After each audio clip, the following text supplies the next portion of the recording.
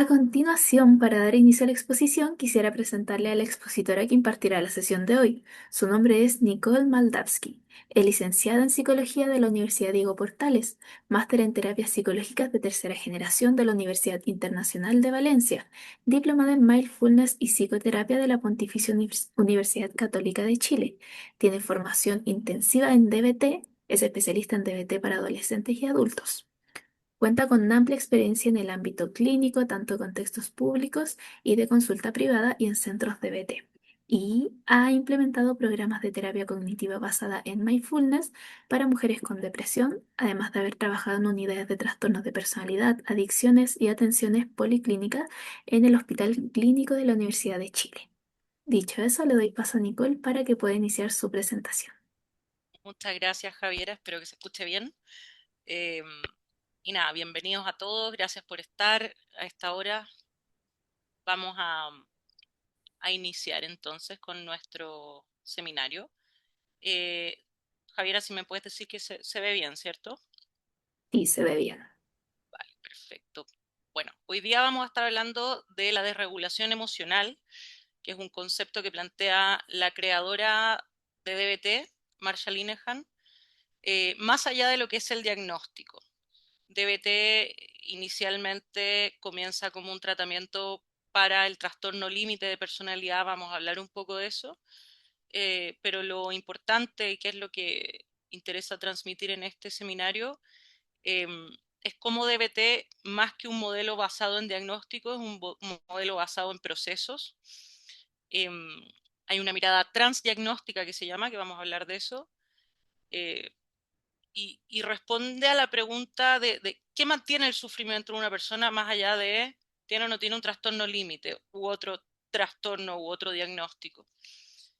Entonces, un poco los objetivos de hoy día es hablar de este enfoque transdiagnóstico eh, para que podamos comprender y abordar el sufrimiento emocional de los distintos pacientes desde sus procesos que originan estos distintos síntomas y que mantienen también este mismo sufrimiento, más allá de lo que son las etiquetas diagnósticas, ya sea el trastorno límite propiamente tal que para el que fue inicialmente formado eh, esta terapia de DBT, pero también para que puedan ir observando cómo promover un cambio en las personas desde su subjetividad, intervenir con mayor precisión y también desde una mirada más humana. Eh, Eso, o sea, hay una diferencia entre lo que es un síntoma, un diagnóstico y un proceso. Los enfoques, este enfoque o esta perspectiva transdiagnóstica, que transdiagnóstica es literalmente más allá del diagnóstico, no es solamente una perspectiva que tiene DBT, hay otros enfoques que plantean esta perspectiva, como la terapia de aceptación y compromiso, las distintas terapias contextuales o lo que hoy también llamaríamos la tercera ola cognitivo-conductual, eh, que enfatiza más el contexto y el proceso del paciente más que vamos a trabajar en un síntoma en particular o en un diagnóstico en particular. También es súper interesante entender de que difícilmente se nos presenten pacientes con un único diagnóstico homogéneo. Hay una alta comorbilidad en salud mental. Eh, y no solo hay una alta comorbilidad, que nos puede, por ejemplo, aparecer un paciente con un trastorno límite, con un episodio depresivo, con un trauma complejo de base, con un consumo de sustancias, sino que además hay similitudes funcionales entre los distintos diagnósticos. Por ejemplo, puede aparecer ansiedad como síntoma, puede aparecer eso eh, en un, no sé, en un trastorno obsesivo compulsivo, puede haber una ansiedad, como también lo podemos ver en un trastorno de la conducta alimentaria. Entonces, vamos a ver que hay similitudes funcionales entre diagnósticos que son diferentes eh, y que es importante comprender cuáles son los mecanismos subyacentes al sufrimiento de cada paciente y que las intervenciones que plantea el DBT o las distintas terapias contextuales están centradas en procesos más que en diagnóstico. Para entender lo anterior es importante entender tres niveles distintos. Aquí no se trata de que nosotros no creamos en diagnósticos, creemos profundamente en diagnósticos, eh, pero eh, es una mirada más transversal que vertical. El diagnóstico nos ayuda a clasificar de manera, a categorizar, nos ayuda a comunicarnos entre nosotros los profesionales. Probablemente si decimos, bueno, el paciente tiene un trauma complejo, ya inmediatamente podemos pensar, probablemente hay una hipervigilancia, hay algunos síntomas de estrés postraumático, no sé, probablemente podríamos usar exposición. Entonces, categorizar, diagnosticar nos ayuda a que organicemos la información, a comunicarnos entre nosotros. eh, es importante el diagnóstico, pero también, ¿qué pasa con el diagnóstico? Que muchas veces están estos criterios diagnósticos del DSM y si una persona no tiene el diagnóstico, ¿qué pasa? ¿No se le interviene? Eh, ahí empiezan a aparecer como estos pacientes que tienen un sufrimiento, una sintomatología subclínica que se llama, que es como, bueno, no alcanza a formular con todos los criterios un trastorno límite de personalidad, pero igual podemos ver que hay una desregulación emocional, igual podemos ver que hay temas identitarios, eh, y se va a beneficiar de una intervención tenga o no tenga, o cumpla o no cumpla con criterios diagnósticos. Sabemos que los criterios diagnósticos también sirven hoy en día para todo lo que son las ISAPRES o FONASA, o bueno, no sé si alguien me es de otro país, pero eh, todos los sistemas como de salud público, los medicamentos en psiquiatría, o sea, nosotros no estamos dejando un lado por decir que miremos más allá del diagnóstico, sino que es pensar en tres niveles diferentes de una manera transversal a la persona.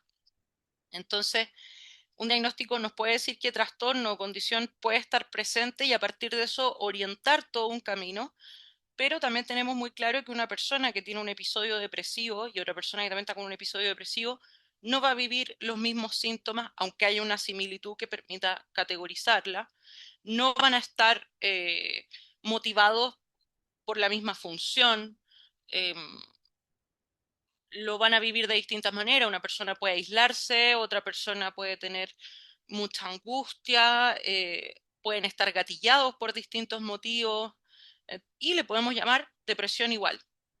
O podemos tener incluso diagnósticos diferentes, completamente diferentes, y a la vez también tener como similitudes tanto en los síntomas como en la función de las conductas y en los procesos que como que atraviesan la experiencia y que explican la experiencia y mantienen la experiencia. A partir de entender este primer nivel diagnóstico, es importante ver qué pasa actualmente con el paciente. Ok, tiene un trastorno límite, por ejemplo, pero ¿qué conductas vemos en esta persona con un trastorno límite? Podemos ver, o síntomas, podemos ver conductas de autolesión o podemos ver conductas de consumo de sustancias, que también podemos poner diagnóstico trastorno por uso de sustancias, pero también lo podemos ver como una conducta o un síntoma del otro diagnóstico, del diagnóstico, por ejemplo, del trastorno límite, y que es una conducta impulsiva. Ahí está esta mirada transversal, transdiagnóstica, más horizontal de lo que está viviendo la persona y por qué está motivado. Que una persona puede consumir como una forma de aquietar ciertas emociones o también puede consumir desde la ansiedad de querer encajar socialmente y ahí estamos hablando de otro diagnóstico. Y más allá de diagnóstico, de lo que podamos ver, estamos hablando de otro proceso de configuración del sufrimiento de la persona. Entonces, bueno, en este segundo nivel es importante ver qué síntomas presenta la persona, qué conductas, en qué intensidad, el nivel de severidad, el nivel de riesgo, que puede ser una suicidabilidad o no, cuál es el contexto, si hay factores protectores o hay factores de riesgo. Es distinto una persona que tiene una red de apoyo que una persona que no. Eh, ¿Cuál es el sufrimiento de la persona? Entonces ahí podemos ver qué está pasando, dónde y cómo se está expresando. Y posterior a esto viene esta mirada transdiagnóstica, que en el fondo más que es la mirada de los procesos transdiagnósticos. La mirada transdiagnóstica es considerando todo esto, eh, que es qué mecanismos y factores que son los que mantienen el problema en el tiempo. Creencias, aprendizaje, vulnerabilidades de base, vulnerabilidades en el momento, pueden ser biológicas, puede haber un déficit de habilidades también. Entonces también tenemos que ver qué está manteniendo el problema y qué tenemos que cambiar en estos procesos para ir viendo cómo se transforma la experiencia del paciente.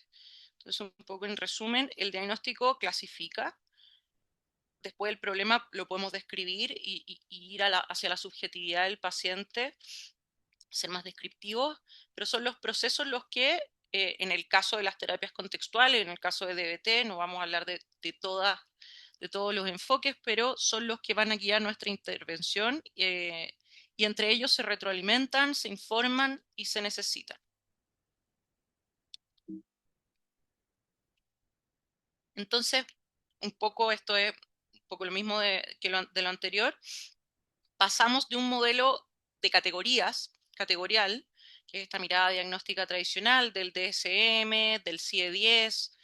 Eh, CIE-10, ¿por qué digo CIE-10? Porque, bueno, ya no voy a adelantar, pero que habla de categorías discretas, el trastorno se define por la presencia o ausencia de criterios, como hablamos, agrupa síntomas y conductas, y tiene esta limitación de qué pasa con la comorbilidad, qué pasa con el solapamiento de síntomas eh, o el solapamiento de diagnósticos y no nos ayuda mucho a personalizar la intervención. Como les digo, queda fuera una persona que no cumple todos los criterios de un trastorno o, o una persona que los cumple. Vamos a utilizar siempre el mismo protocolo para trabajar diagnóstico.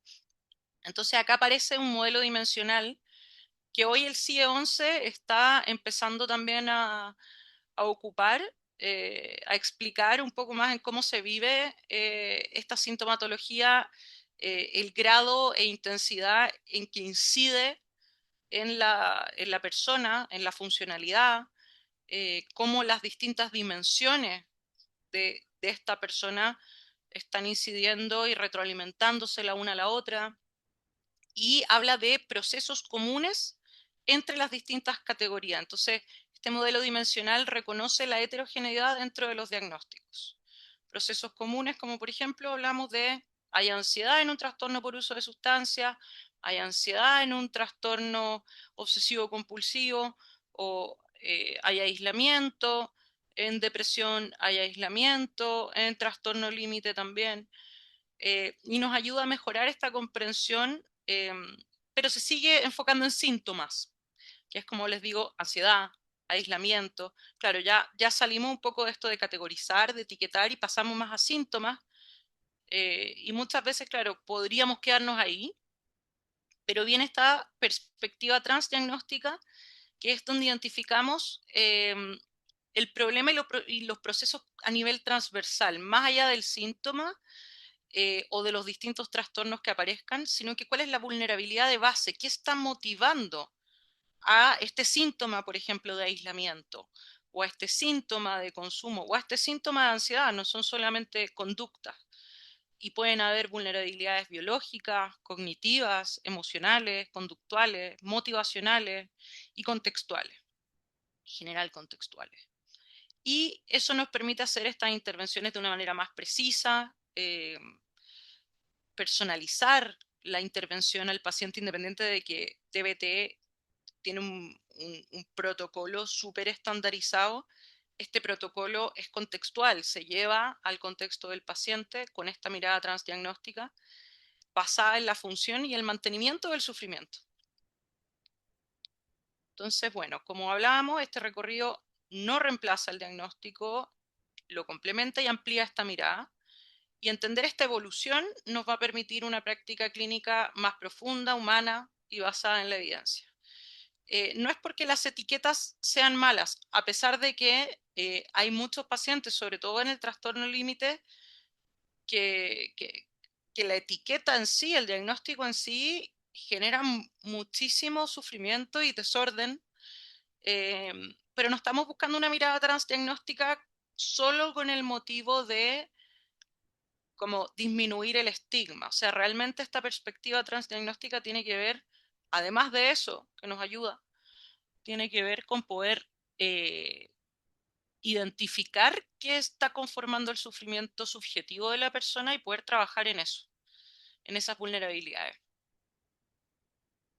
Entonces, bueno, ¿qué es esta mirada? Esta mirada no se va a centrar en las categorías diagnósticas, independientes de que, como lo decimos, no las reemplaza, sino que simplemente las intervenciones no van a estar guiadas a partir del diagnóstico. Busca lo común.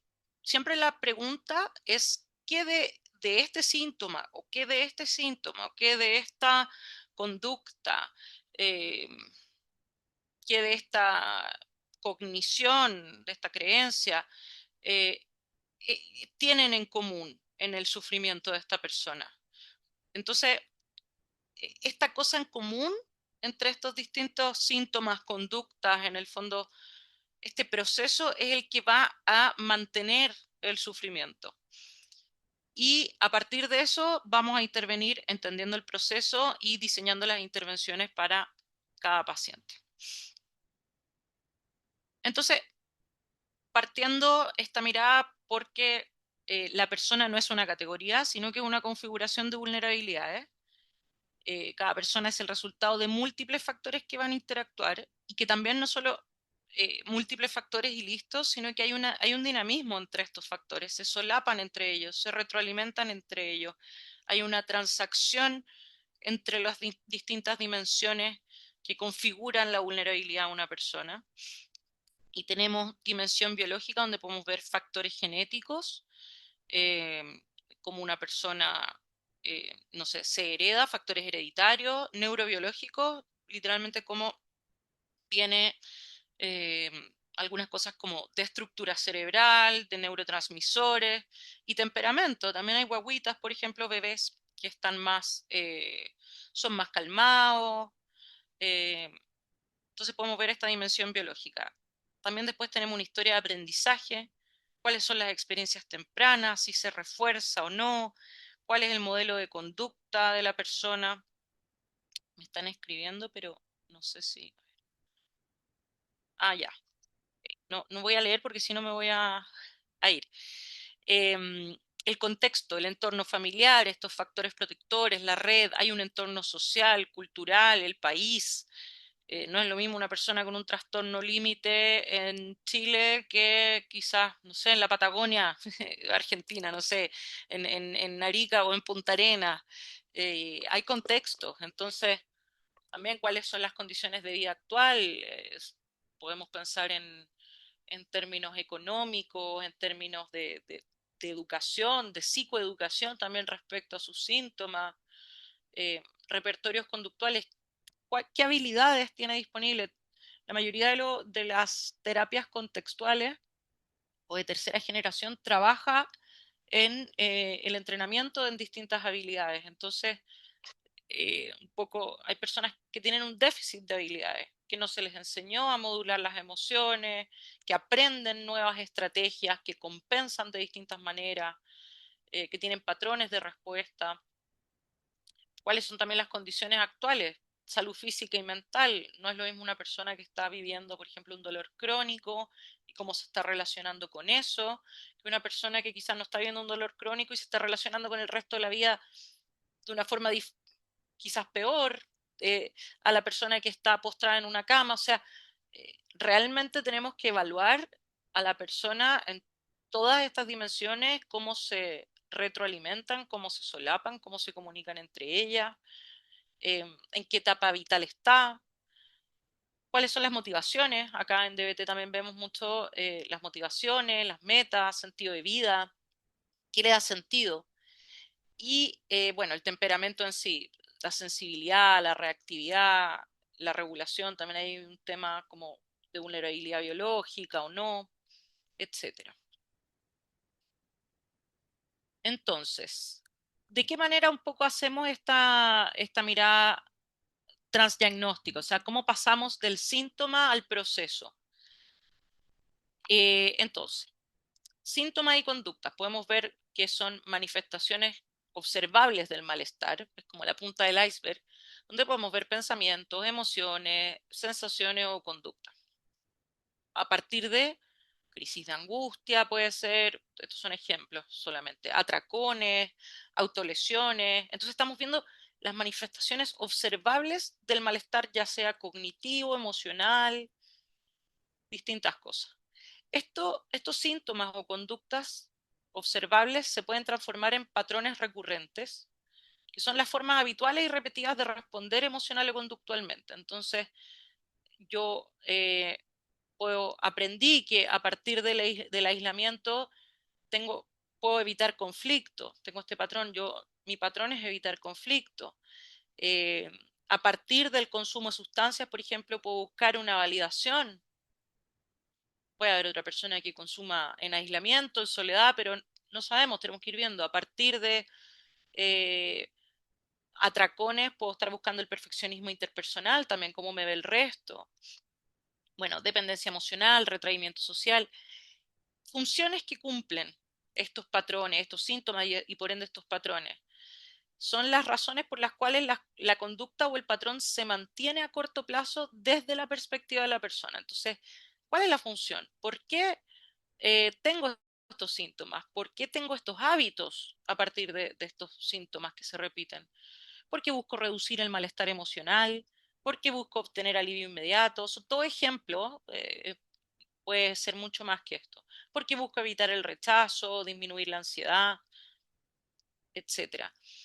Y de estas funciones, en estas flechas, piensen que nos estamos preguntando qué tienen en común estos síntomas. Un patrón. ¿Qué tiene en común esta función que cumple? ¿Qué tiene en común este proceso transdiagnóstico? Mecanismos psicológicos amplios compartidos por múltiples problemas y diagnósticos que mantienen este sufrimiento en el tiempo. Y cuando hablamos de transdiagnóstico es qué mantiene el sufrimiento, qué retroalimenta el sufrimiento. Y bueno, tenemos por ejemplo la rumiación, algo que aparece en muchos diagnósticos, la evitación experiencial en general es un proceso, podemos querer evitar a la gente, nuestros propios pensamientos, pero la evitación experiencial es un proceso que más o menos vivimos todos los seres humanos, nadie está todo el tiempo como confrontando la vida, la rigidez cognitiva, etcétera. Vamos a ver ahora algunos ejemplos de procesos transdiagnósticos. Entonces, bueno, pasar del síntoma al proceso es ir de lo superficial a lo esencial, nos permite comprender lo que mantiene el sufrimiento y diseñar intervenciones más precisas para transformar estos procesos que están sosteniendo también todo, toda esta conformación, en el fondo, esta configuración. Vamos a ver algunos, no son todos y tampoco hoy está la literatura como tan como en el fondo justamente esto transdiagnóstico es dejar de pensar en categorías. Entonces no significa que cada proceso está como, no sé explicarlo, como en un nivel como taxonómicamente igual, pero sí se ha identificado que existen mecanismos compartidos que contribuyen a este mantenimiento del sufrimiento. Por ejemplo, el proceso de rumiación. ¿Qué implica en lo clínico? Es un pensamiento repetitivo, centrado en el pasado, de forma negativa, que no genera soluciones. ¿Cómo se manifiesta? Círculos mentales sobre errores, fracasos, etc. ¿Y dónde aparece? Puede aparecer en depresión, en trastorno de ansiedad generalizada, en trastorno límite, en trastornos alimentarios, en uso de sustancias. Pues vemos también de proceso típico la preocupación excesiva, esta anticipación eh, sobre el futuro. La rumiación es un poquito más sobre el pasado, desde la culpa, la preocupación excesiva es esto de anticiparse catastróficamente.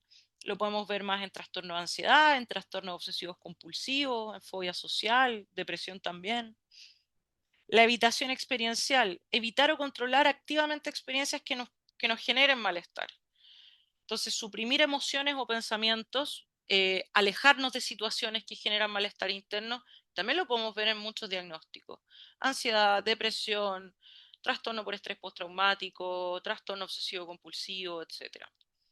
Intolerancia a la incertidumbre, suena casi un poco como poético, pero es un proceso que también es muy humano, eh, que es la dificultad para tolerar a veces que las cosas no sean concretas, que sean ambiguas, lo desconocido, y cuando se exacerban o tienen como esta, en el fondo, esta expresión clínica en trastornos de ansiedad generalizada, en trastorno obsesivo compulsivo, en personas un poco más hipocondriacas, fobia social, depresión también.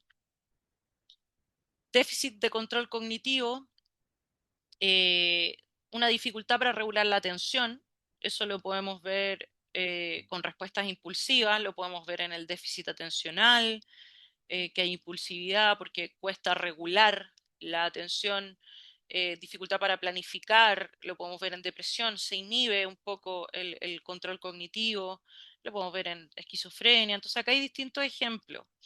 Déficit de activación conductual también, que es cuando se inhibe la conducta, eh, el aislamiento, la pasividad, la apatía, la pérdida de interés, lo podemos ver en depresión, más típico, en ansiedad con inhibición, no, no voy a salir porque me genera ansiedad, en el trastorno por estrés postraumático, el evitar un poco el activarse. Y la desregulación emocional, que vamos a hablar de eso, la dificultad persistente para modular la intensidad, la duración o la expresión de las emociones. Cómo se manifiesta en reactividad emocional elevada, cambios intensos de ánimo y conductas impulsivas o desadaptativas. Normalmente esto lo relacionamos con el trastorno límite, pero está también en diagnósticos como bipolaridad, depresión, el trastorno por estrés postraumático, trastornos de la conducta alimentaria, consumo de sustancias, etcétera. Entonces, eso, no son procesos que operen de manera aislada, estos procesos que estamos viendo interactúan dinámicamente entre sí, no siempre una persona sí o sí va a estar rumiando, o sí va a estar, como no todos los procesos están, pero sí siempre hay más de uno, y muchas veces convergen en dificultades, hoy aquí se me fue, en dificultades como para modular las emociones, y aquí es lo que entra la desregulación emocional y el DBT. Cuando se van solapando en el fondo estos procesos, se van retroalimentando entre ellos, se empieza a ser persistente la desregulación emocional y se sigue como retroalimentando todo este sistema. Entonces, desde DBT, la desregulación emocional puede entenderse no solo como un proceso transversal, transdiagnóstico, sino también como un eje que organiza el sufrimiento clínico en distintos diagnósticos, puede aparecer. Funciona tanto como vulnerabilidad como mecanismo de mantenimiento y a la vez es influida y reforzada por otros procesos. Y vamos a hablar entonces ahora de qué es lo que plantea el DBT en términos de la desregulación emocional. El DBT fue desarrollado para personas con suicidabilidad crónica, conductas autolesivas y diagnóstico de trastorno límite. ¿Por qué? Porque en esta población había más riesgo, había mucho riesgo. Entonces, históricamente vemos que el DBT se piensa para pacientes suicidas con conductas de riesgo autolesiva y que configuraban esta categoría diagnóstica de trastorno límite de personalidad. ¿Cuál es el problema central que plantea el DBT? Una desregulación emocional persistente. Están todo el tiempo como, en el fondo, como no pudiendo llegar a un basal, a una línea de base, sino que todo el tiempo retroalimentando distintas dimensiones. Hay una desregulación en lo interpersonal, en los vínculos. Eso implica una desregulación conductual en el vínculo o en otras cosas. Acá también una alteración de identidad, se cuestionan mucho, hay una sensación de no saber quién soy, eso hay una desregulación cognitiva y todo esto se va retroalimentando y generando lo que Marsha Linehan plantea como desregulación emocional persistente. Incluso ella plantea que el trastorno límite de personalidad, ella tampoco le gusta usar como diagnóstico eso, como etiqueta diagnóstica, finalmente es un trastorno de la desregulación emocional persistente. La función primaria de las conductas límite es regular las emociones. Todas las conductas que vemos autolesivas o de suicidio u otras conductas que nos parezcan desadaptativas, eh, están buscando regular la emoción. Y en la medida en que buscan regular la emoción a partir de una manera desadaptativa, en el fondo están reforzando la desregulación. Una autolesión efectivamente en el momento, en el corto plazo, genera un alivio. Sin embargo, también refuerza una alteración de la identidad, hay una desregulación conductual en ese caso, eso también hay un estigma quizá a nivel interpersonal, el pensamiento de no puedo regularme de otra manera, estoy dando un ejemplo. Entonces, en el fondo, por más que en el momento la emoción baja y es efectiva la conducta en el corto plazo para regular la emoción, está todo el tiempo retroalimentando la desregulación emocional. ¿Y por qué entonces, por lo mismo, el DBT trasciende el trastorno límite de personalidad? Porque interviene en este proceso central de desregulación emocional que puede aparecer como un proceso transdiagnóstico en distintas personas que no tengan el diagnóstico de trastorno límite. O sea, también podemos ver conductas autolesivas u otras conductas desadaptativas o conductas o síntomas de desregulación emocional persistente que no, que no hagan que la persona quede dentro de los criterios diagnósticos de trastorno límite. Entonces, no se centra en una patología específica, sino que en los mecanismos que mantienen el sufrimiento y las conductas problemas. Eh, y cómo también se solapa, no es solamente como, ok, aquí entran los que tengan rasgos limítrofes. No, es también, puede ser una desregulación emocional persistente, puede ser en un trastorno de ansiedad generalizada, puede venir en con otras etiquetas y solapamientos de etiquetas. Permite adaptar también los protocolos, esto lo vamos a ver un poco más adelante, pero permite adaptar los protocolos a distintas configuraciones clínicas con alta desregulación emocional. Y está diseñado para problemas severos y de riesgo elevado. Entonces también cuando vemos pacientes que están con sintomatología de riesgo, el DBT es lo recomendable. Entonces, bueno, cuando múltiples procesos transdiagnósticos, como hemos hablado, interactúan de forma persistente en el tiempo, podría llegar a configurarse una desregulación emocional persistente que incrementa el sufrimiento y la probabilidad de conductas problemas y se sigue reforzando. Vamos a ver eh, cómo plantea, acá quizás parece mucha información, pero vamos a ir uno a uno, cómo plantea el DBT un modelo de, de lo que es el diagnóstico de trastorno límite de personalidad o, ya que tenemos en estas terapias contextuales una mirada transdiagnóstica, lo que Marsha Linehan plantea como desregulación emocional persistente. Entonces, ella plantea que la desregulación emocional persistente en un paciente, en una persona, emerge desde esta interacción entre dos áreas. Existe sí o sí una vulnerabilidad biológica. Eso se puede estudiar a través de tomografías cerebrales, donde podemos ver anormalidades del sistema cerebral. Se ha visto que hay disfunción frontolímbica, factores genéticos, hereditarios, neurobiológicos. Existe. No todo se puede comprobar sí o sí, pero existe. Por ejemplo, me estoy acordando una paciente que se hizo un SPECT, esta tomografía, porque uno de los mantenedores de su sufrimiento tenía que ver con el estigma, con la etiqueta de ser limítrofe. Y finalmente, el resultado de este examen eh, dio a entender que esto no era un trastorno límite de personalidad, sino que era un trauma complejo de infancia y distintas cosas que habían pasado. Y el solo hecho de que se desetiquetara de esta vulnerabilidad biológica, hizo que ella pudiera funcionar mucho mejor. Entonces se entiende como esta mirada de proceso, esta mirada transdiagnóstica, y tenía, si uno veía, era una limítrofe de libro en el fondo, o sea, cumplía con todos los criterios, pero qué era lo subyacente a todos estos comportamientos, a este sufrimiento, a este dolor? Un trauma complejo.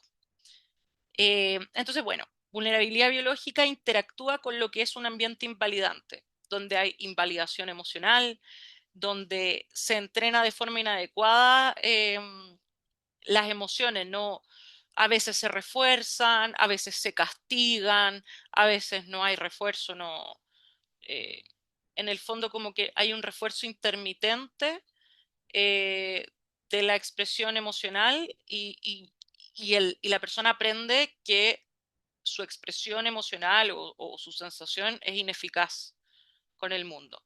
Y esto se va retroalimentando y genera un déficit de control de impulsos inherentes que refuerzan el ambiente de la labilidad emocional biológica, aumentando la desregulación emocional.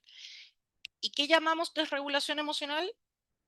Mayor sensibilidad y reactividad, o sea, como que el umbral de tolerancia es corto, como aquí en Chile se dice ser mecha corta, un poco coloquialmente. Eh, el umbral el estímulo llega y no paso 1, 2, 3, paso de 1 a 100 rápidamente, o es de 1 a 10 mi umbral. Respuesta intensa a estímulos emocionales, o sea, no solamente el umbral es más bajo, sino que también la respuesta es muy intensa y un retorno lento a la línea de base, o sea, una persona que tiene una conducta de desregulación puede estar todo el día, más de un día, incluso semanas, configurar un episodio depresivo a partir de eso, desregularse mucho, eh, como dejar de funcionar. Entonces, ¿y eso qué afecta? Afecta, bueno, aumenta el riesgo de psicopatología y afecta en estas distintas dimensiones. Social, puede haber aislamiento, relaciones problemáticas, dificultades familiares. En lo cognitivo vemos baja autoestima, desesperanza, desorganización, disociación. En lo emocional podemos ver vulnerabilidad emocional, distintas emociones de malestar como tristeza, vergüenza, rabia. Y en lo conductual podemos ver una evitación persistente en general. La evitación la podemos ver tanto en la inhibición conductual, o sea, evito ciertas cosas, como también en el impulso. El impulso, la conducta impulsiva, también es una evitación experiencial, porque de alguna manera no estoy tolerando el malestar, estoy necesitando una conducta impulsiva para regularlo. Como que no puedo atravesarlo. Entonces, finalmente, en lo conductual vemos evitación en ambos polos. Y bueno, estas conductas desadaptativas que se van retroalimentando con la función de regular o evitar para regular son reforzadas entre ellas y todo esto configura el diagnóstico de trastorno límite de personalidad o lo que Marsha llama eh, desregulación emocional persistente. Bueno, voy a saltarme esta porque es un resumen del anterior y estamos un poco en el tiempo. Esto es un video de Marsha. Voy a ponerlo con subtítulos.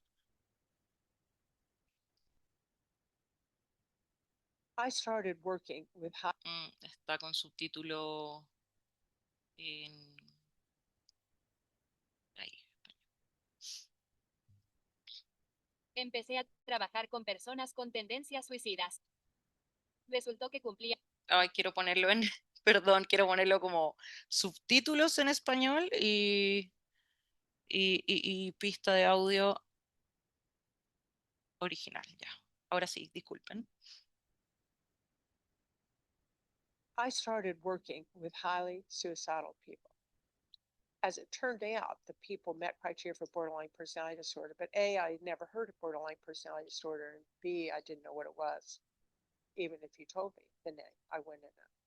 So that was the beginning of the whole thing. I had no idea what I was doing, except that I was studying suicide. What happened was standard behavior therapy of the 1970s and early 1980 blew up. And the main reason it did is because what it requires for it to work is for a person to come in and you be able to say, okay, here's the problem, and here's what we'll do to change it. For the person to say, okay, I'll try that. The people I was dealing with immediately said, you're saying I'm the problem. And so they were so sensitive to any invalidation or statement that they were the problem that the treatment blew up. And they would either get angry at me, hide behind a chair, storm out, quit therapy, yell and scream, cry, or say they're going to kill themselves. So it didn't take me too long to figure out this was not going to work out. So I thought, okay, we're going to switch to a more acceptance-based treatment. So I'm going to validate and be very accepting. So I tried that. That blew up also, because then the patient said, you mean you're not going to help me? You're just going to listen to me? Most of the patients I treat have already been through a whole lot of therapy where you talk, get listened to, and understood. Problem is, talking, being listened to, and being understood doesn't necessarily make anything change. So then they got really upset with me because I wasn't helping them change. So that's when I realized that I had to pull together major emphasis on change with a technology of acceptance. So I had a technology of change, and I needed a technology of acceptance. The technology of acceptance primarily was validation. So it's behavior therapy with a huge amount of validation. So problem solving, validation are the core components of the treatment. Ya. Un poco, bueno, ella misma dice, yo ni siquiera sabía lo que era el diagnóstico de trastorno límite. Ella pasó por muchas internaciones, ella tiene el diagnóstico y ella crea esta terapia donde aquí, y es lo poquito que voy a hablar de esto porque no se trata de esto el seminario, pero la terapia dialéctica conductual, la palabra dialéctica implica un diálogo, una búsqueda de equilibrio, de dinamismo entre lo que es el cambio y la aceptación. Hoy estamos hablando en este seminario, hoy estamos hablando en este seminario más del cambio, la búsqueda de cambio en estos procesos, pero DBT tiene este otro polo que es la validación basado en el budismo zen, todo esto, que, que también viene desde esta perspectiva transdiagnóstica donde las etiquetas son invalidantes y la validación es como entender, bueno, entiendo lo que está organizando tu sufrimiento y entiendo también los recursos que utilizas para poder seguir viviendo, pero en el fondo estás reforzando un sufrimiento. Entonces ella plantea la idea de no de que una persona simplemente deje de tener ciertas conductas, ciertos síntomas de sufrimiento, sino que plantea objetivos y metas, se trabaja en torno a metas con los pacientes para tener una vida que valga la pena ser vivida, dice ella. Entonces nosotros en DBT, a pesar de que trabajamos por sobre todo en un inicio, conductas suicidas, distintas conductas autolesivas para poder disminuirla, todo eso no es simplemente como, ok, volvamos a esta persona más adaptada a la vida, sino que, ¿cuál es el sentido, la meta concreta para que esta persona pueda sentir que su vida vale la pena ser vivida? Y esa es la pregunta central, no si tiene o no tiene un trastorno límite, sino que, ¿qué pasa? ¿Qué está pasando? ¿Qué configura este sufrimiento? Y bueno, hay bastantes modelos transdiagnósticos, no DBT se basa en perspectiva, se basa en esta perspectiva transdiagnóstica, pero como les digo, hay otras terapias contextuales que también, incluso hay un protocolo unificado, que pueden buscarlo, protocolo unificado de Barlow, después si quieren se lo pongo en el chat, que es un protocolo unificado más allá de cualquier diagnóstico, porque claro, DBT se utiliza más para el trastorno límite, el EMDR se puede utilizar para trauma. Hay distintos como protocolos para diagnósticos, pero a partir de esta perspectiva transdiagnóstica, incluso se creó un protocolo transdiagnóstico, ¿ya? Que lo pueden ver. Pero entonces uno dice, bueno, ¿y por qué no voy directamente a un protocolo transdiagnóstico o directamente a otro enfoque contextual también de otras terapias? ¿Por qué DBT? Y claro, no podemos decir que entonces DBT es para todos y absolutamente todos los pacientes, pero sí aporta cosas que son relevantes. Entendemos que muchos modelos transdiagnósticos identifican estos procesos comunes, promueven este cambio a partir de este enfoque, y DBT se diseñó específicamente para intervenir en el riesgo y la desregulación muy alta. Entonces, los distintos enfoques transdiagnósticos tienen este foco en los procesos compartidos, en esta comprensión de la función que cumplen los distintos síntomas en la persona o conductas, en la regulación emocional, todos buscan eso, en el desarrollo de habilidades, si es que hay un déficit, y son intervenciones todas basadas en evidencia. Pero ¿qué aporta DBT? Este contexto de alto riesgo. Hay una jerarquía en el tratamiento donde nosotros, por más que podemos eh, trabajar a través de este enfoque contextual, lo primero es ir apagando incendios, o sea, cómo poder trabajar en un terreno si se está incendiando. Y llamemos incendio a cuando la vida está en riesgo. Entonces, DBT es un protocolo estandarizado basado en evidencia que jerarquiza y ordena cómo ir trabajando con el paciente. Más allá de que entendemos este enfoque transdiagnóstico, si tenemos un paciente de alto riesgo, tenemos una jerarquía muy estandarizada para poder ir trabajando estas prioridades, proteger la vida del paciente y a partir de eso construirla. Tiene, como les digo, un manejo estructurado del riesgo, son protocolos específicos donde uno puede evaluar, monitorear. Todos los días los pacientes tienen un registro diario de emociones, de de conductas, y en el fondo vamos haciendo lo que se llama en DBT un análisis en cadena, sesión a sesión, que es un tipo de análisis funcional de la función que cumple una conducta. Vamos haciendo un análisis identificando estos patrones, y claro, en un inicio va a ser en esta jerarquía para disminuir el riesgo vital, y eventualmente vamos a continuar con el mismo análisis funcional o en cadena en este caso para lograr una vida que valga la pena ser vivida. El DBT tiene este abordaje frente al suicidio y la autolesión. Tiene protocolos que también están basados en evidencia para reducir estas conductas y prevenirlas. También tiene una organización terapéutica específica, y eso es interesante porque con pacientes tan graves el DBT es trabajo en equipo sí o sí. O sea, quien es mi paciente en terapia individual va a ser paciente de mi compañero o compañera en terapia grupal. Entonces, finalmente somos un equipo de terapeutas trabajando con un equipo de pacientes, y cuando hay pacientes de alto riesgo, la verdad que trabajar solo es inviable. Y por último, esta filosofía dialéctica, el equilibrar la validación con el cambio. Estamos buscando la modificación de conductas, pero si no validamos a partir de esta perspectiva el sufrimiento subjetivo de cada paciente, también puede ser como iatrogénico, simplemente estar buscando el cambio, porque en el fondo seguimos enfatizando tú eres el problema. Y la filosofía dialéctica tiene varios niveles de comprensión, pero bueno, eso lo pueden ver en los distintos cursos.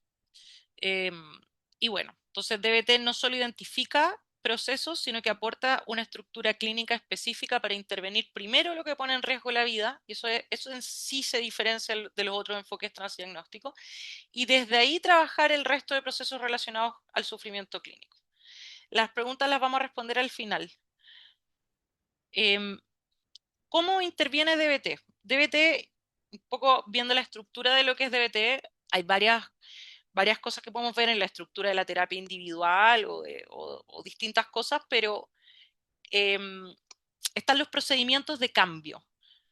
Está la validación también en lo que es el polo de la aceptación, pero los procedimientos de cambio tienen 4 procedimientos de cambio principales. el entrenamiento en habilidades, que venimos con esta premisa de que hay un déficit de habilidades en el fondo adaptativas en los pacientes porque buscan regular sus emociones de una forma desadaptativa. Entonces hay un entrenamiento en habilidades grupal que se organiza en 4 módulos.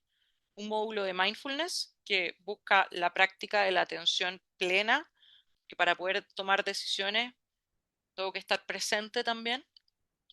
De tolerancia al malestar, entonces se practican algunas habilidades para sobrevivir una crisis, para aceptar radicalmente situaciones que me generan malestar y no buscar conductas de riesgo. De regulación emocional, donde se aprende a etiquetar, a nombrar, a modular la emoción, a verificar los hechos, las interpretaciones, etcétera, y de efectividad o eficacia interpersonal, donde también se trabaja en esta dialéctica en las relaciones.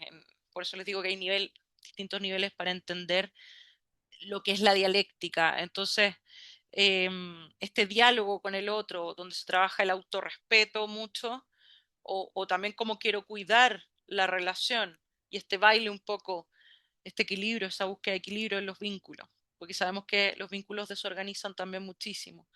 Entonces, eso en cuanto a lo que se trabaja en el entrenamiento en habilidades y también en los procedimientos de cambio tenemos mucha exposición emocional, exposición informal a las emociones. Después hay otros protocolos formales que se pueden ver.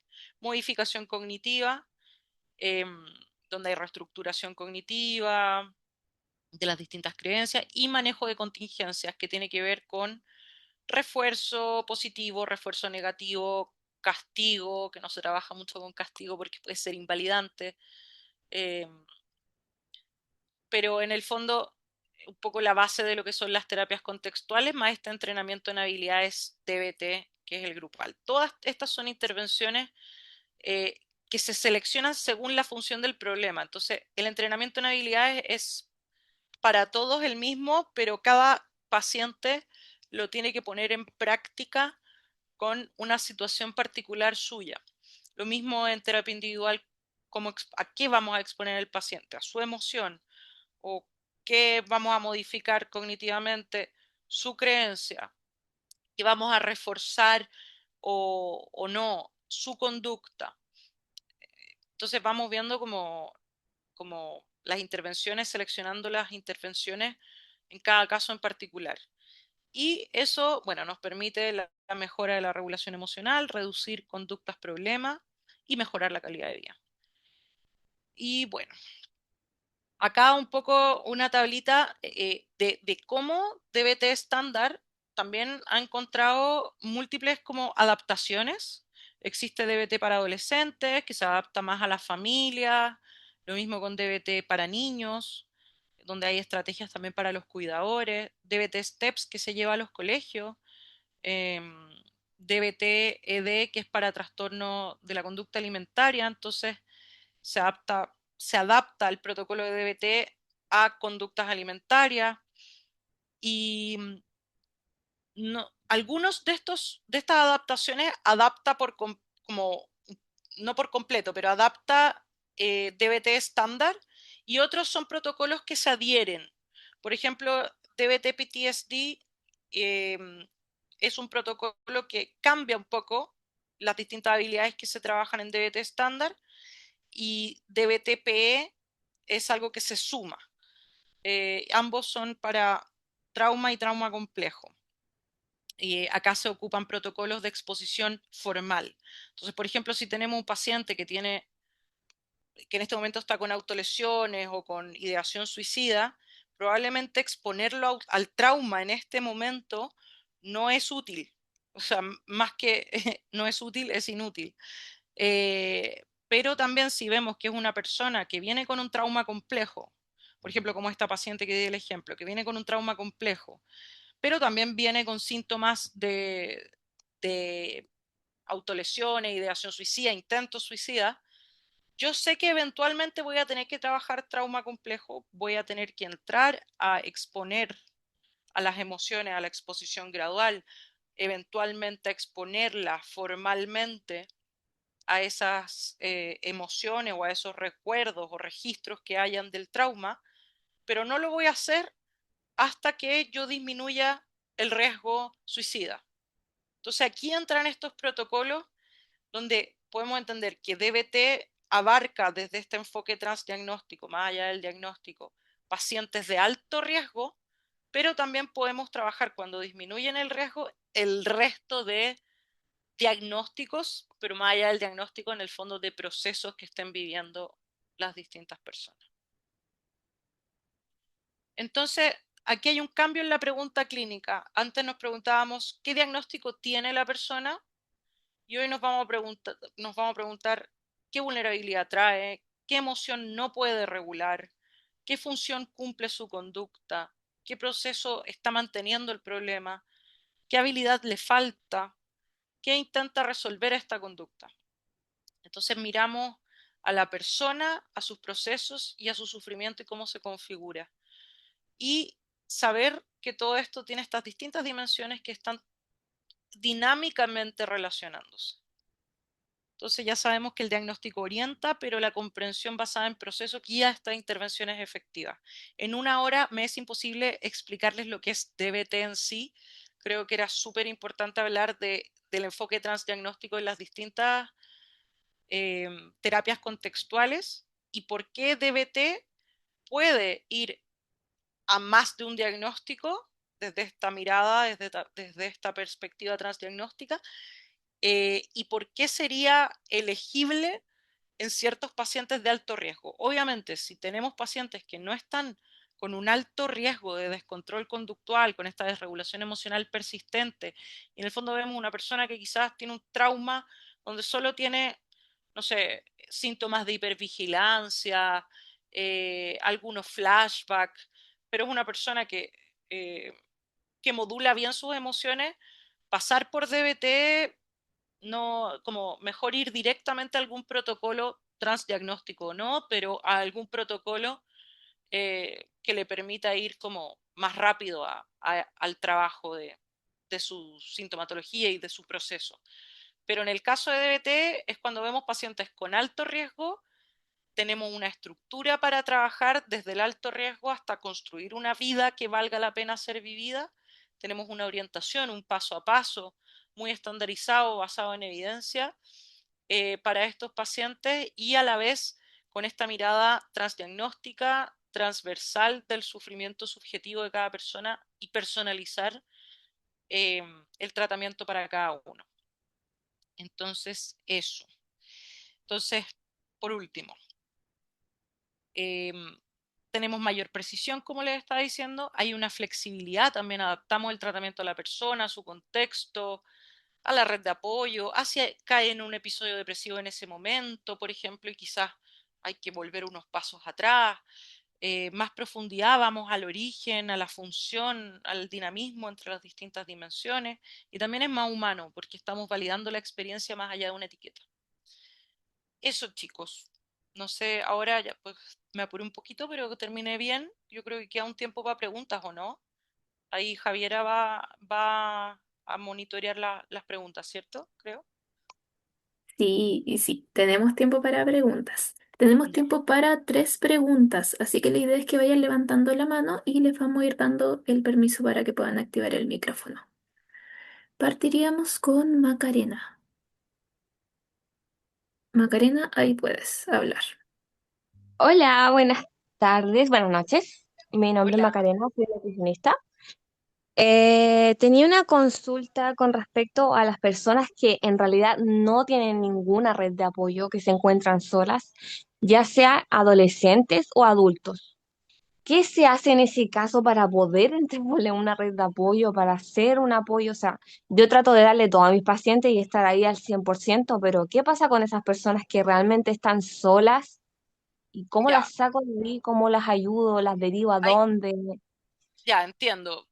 Ahí hay que ver qué subyace como a este aislamiento, porque finalmente también sabemos que las personas no queremos estar solas. O sea, ahí mirando desde esta como mirada transdiagnóstica, hay una evitación experiencial. Entonces es empezar a trabajar bueno, en el caso quizás en terapia misma, tú eres nutricionista, pero desde tu enfoque, pero empezar a trabajar qué es lo que la persona está evitando, eh, que configura este proceso de sufrimiento donde está evitando algo tan inherente al ser humano que es formar redes de apoyo. A veces nacemos con ellas y otras veces hay que construirlas. Entonces, eh, cómo, dónde, cuándo, no te sabría responder exactamente, pero es trabajar con la persona según su contexto, ir viendo Claro. qué está como eh, alimentando, manteniendo este aislamiento, cumple una función, qué emoción subyace a eso y a partir de eso decir, bueno, parece que es miedo, por ejemplo, miedo al ridículo. Entonces, ahí es la exposición, se trabaja mucho en exposición, porque ir a presentarse a, no sé, un estadio de fútbol cuando hay miedo al ridículo podría ser peor, pero hablarle quizás a la persona que tengo al lado, ir viendo como, en el fondo, ir construyendo a poco según el contexto. Esa es un poco la Claro, siempre respuesta. tratar de darle como las herramientas y apoyarlo y en realidad levantarle el ánimo, pero hay personas que en realidad también se quedan calladas y Ujú. están sufriendo por una depresión o autolesiones hasta que se suicidan y eso es algo Sí, muy normal hoy en día. sí, sí. Entonces, eso es lo que hay que combatir más que nada y de hecho por eso soy nutricionista y estoy metida en cosas de salud mental porque es la causa número uno en este momento. Ujú. ¿De qué?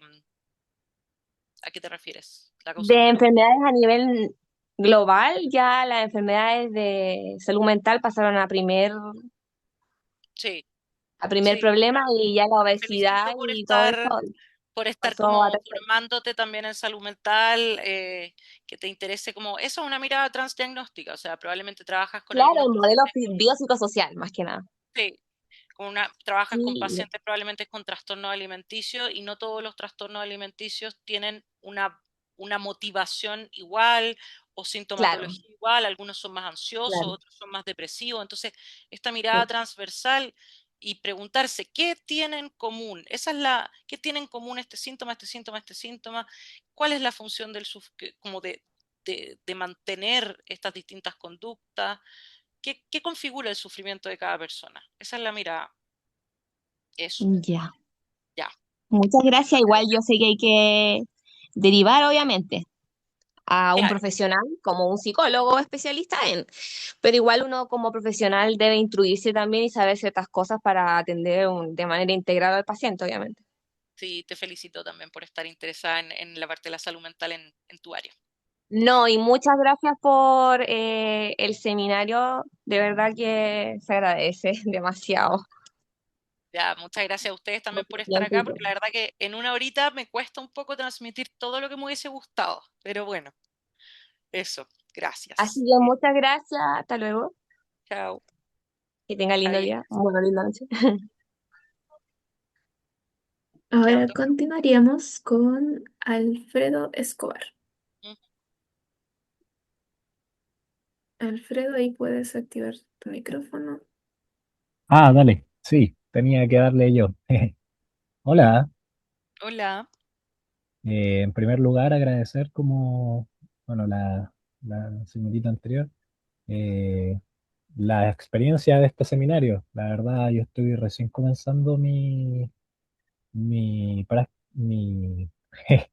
práctica como psicólogo, Ujú. o trabajo práctico en realidad. Me titulé ahora este año y ya estoy como en mi primer trabajo en- enfocada en la psicología en el área educacional. Y bueno, mi pregunta iba enfocada como en este mismo sentido, en el primera experiencia.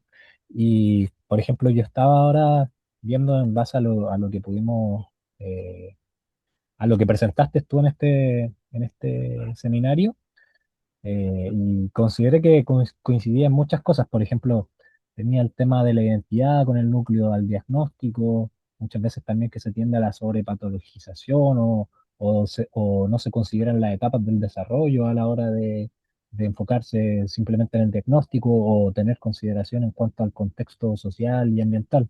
Entonces me gustaría saber qué tipo o cuáles de qué partes de lo que presentaste tú, por ejemplo, en este caso, yo creo que principalmente sería como la perspectiva transdimensional de, que pudiese yo aplicar como en el contexto educacional, porque entiendo que igual esto es como más enfocado al contexto clínico. Ujú. Sí, esto está más enfocado al contexto clínico, eh, porque habla de los diagnósticos del DBT y habla mucho en el fondo de cada caso, la subjetividad de cada persona. Entonces yo no sé qué tipo de intervenciones tienes tú en el colegio, te vas a dedicar a lo educacional, pero finalmente es la mirada del ser humano, del sufrimiento humano. El dolor es parte de la vida. eh, Todos estamos en una búsqueda de regulación emocional constante, algunas más adaptativas que otras. Cuando nos regulamos emocionalmente podemos generar un alivio en el corto y también en el largo plazo muchas personas. eh, y, y el DBT plantea que que muchas personas tienen conductas que refuerzan finalmente este sufrimiento vital, esto desadaptativo, y no es que estemos buscando humanos funcionales, sino que el Mm, funcionamiento de estos seres humanos los haga felices o al menos no infelices en esta vida, que tengan un sentido. Entonces, aquí yo ya me estoy yendo un poco más en algo más existencial, más filosófico, pero realmente sí es la mirada de esta vida que valga la pena ser vivida. Es una frase que dice Marshall Linehan. No sé exactamente cómo tú estás viendo cada caso en el colegio, pero finalmente estás viendo seres humanos eh, que, que, que todos tienen dolor por estar vivos, por algo, y que tienen distintas herramientas, recursos, que, que algunos son más o menos adaptativos, y ahí hay que ver en cada caso que te toque ver qué configura el dolor de este ser humano y el funcionamiento que tiene y cómo puedes asistirlo más allá de decir esta persona consume o esta persona sí o sí es limítrofe, entonces no sé qué, sí. o Yo creo que ese es el tema, entramos. porque Ujú, principalmente, bueno, hasta lo que he visto hasta el momento, siempre está como el punto o el foco central en el diagnóstico, por ejemplo, STEA o STDH, qué sé yo. Y lo otro es que siempre está como en vías del rendimiento y de la ujú, adaptación como al contexto. Entonces, por lo menos para mí me parece súper atingente en este caso el partir por la base y el ver como esta persona o la vida de esta personita, en realidad porque son chiquititos en básica, ujú, vale la pena ser vivida y que ellos también lo puedan entender y lo puedan como dimensionar. Y que después de eso, después de una vez recién tener como esa noción, ujú. empezar a preocuparnos más como de temas como de rendimiento, que muchas veces Claro, terminan siendo como el, el foco reforzando central, la claro, invalidación. Pero claro, sí claro. quiero hacer una distinción Ya. respecto a los diagnósticos. No Ujú, significa, como les he dicho, y esto no es porque suene bonito, no significa que esta mirada transdiagnóstica o estos enfoques contextuales, estas terapias contextuales, no tomen en cuenta el diagnóstico. El diagnóstico es muy claro, orientativo. Por ejemplo, si yo tengo una persona con un trastorno bipolar tipo 1, con manías y depresiones muy fuertes, y tengo una persona con un trastorno límite de personalidad. Quizás ambos tienen los mismos síntomas, pueden tener el mismo funcionamiento, pero yo sé que una persona con un trastorno bipolar probablemente va a incidir en su vulnerabilidad en esta configuración mucho más algo químico. Entonces voy a ser más insistente en la intervención en el uso de psicofármacos. ¿Se entiende? Entonces no es que dejemos fuera el diagnóstico, sino que el diagnóstico es parte de la mirada parte transversal, de eso, que el diagnóstico no nos limite, pero el diagnóstico sí nos orienta. ¿Ya? totalmente. Eso. Muchas gracias. Gracias. Dale. Por temas de tiempo, tenemos la última pregunta, que Dale. sería la de Elizabeth. Ahí puedes, Elizabeth. ¿Te escucha? Sí. Hola, buenas. Hola. Gracias, por darme la oportunidad de hacer una pregunta. Mire, lo que pasa es que me llama la atención y también confirmo, pero también quiero preguntar el por qué la autolesión genera un alivio en la Ya. desregulación. Antes de hacer la pregunta, lo comento netamente porque trabajé en una residencia de adolescentes, mujeres. Y lo que había en común es que posterior a una regulación o en la desregulación, ellas se autolesionaban, ¿ya? Y también estoy muy de acuerdo con que el ambiente era invalidante porque habían etiquetas hacia las adolescentes por estar en residencia.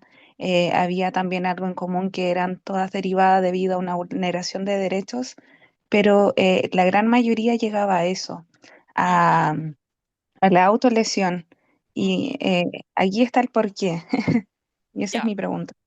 ya, mira, la autolesión y acá justamente también el por qué, si vamos a decir un solo por qué, no sería una mirada transdiagnóstica. Hay muchos por qué, pero si es que vamos a hablar ya desde a nivel fisiológico, por ejemplo, cuando nosotros enseñamos habilidades de tolerancia al malestar, si es que tú te vas a meter más en DBT y quieres aprender los distintos módulos, en tolerancia al malestar, para sobrevivir a una crisis de desregulación emocional muy alta, todas las habilidades que se ocupan son de carácter de regulación fisiológica, porque en ese momento se estrecha el foco de atención, hay un malestar físico muy fuerte y necesitan generar como una descarga, un cambio de foco. Cuando esto puede sonar muy cliché, pero cuando te dicen prefiero el dolor físico que el emocional, es real que hay un cambio de foco atencional a partir de un estímulo que sea igual de potente, no se puede tampoco ser tan matemático para decir, pero que sea potente a nivel físico que se equipare al dolor emocional. Además, se liberan endorfinas en un corte, o sea, genera una sensación de relajo después, posterior a eso. Entonces, hay muchas cosas que juegan como en sobrevivir un poco, en regular la emoción en el momento. Ya hablándolo en el mediano o largo plazo, yo sé que nos estamos yendo del tiempo, pero es interesante esto. Hablándolo en el mediano o largo plazo, también podría tener una consecuencia secundaria. Por ejemplo, si mi madre me grita todo el día, pero cada vez que yo me autolesiono se preocupa y me abraza, estoy buscando amor también. Eso ya es una consecuencia secundaria, no es la motivación inicial, pero puede ser una motivación secundaria. ¿Se dan cuenta cómo la configuración de lo que puede estar viviendo una persona y que autolesión no es simplemente autolesión, sino que hay subyacente a eso? ¿Cómo se configura un poco? Eso. Gracias, y estoy de acuerdo también porque lo observaba, pero también era debido a no solo un porqué, como decía, sino que igual a múltiples factores y entre eso igual estaba la etiqueta, por eso mencionaba la derivación de tribunales y también estaba esa segunda consecuencia que también era observable posterior a la desregulación después de que llegaban del hospital, entonces comprendo, pero muchas gracias Toma también, fuerza. sí, Ya, sí. gracias.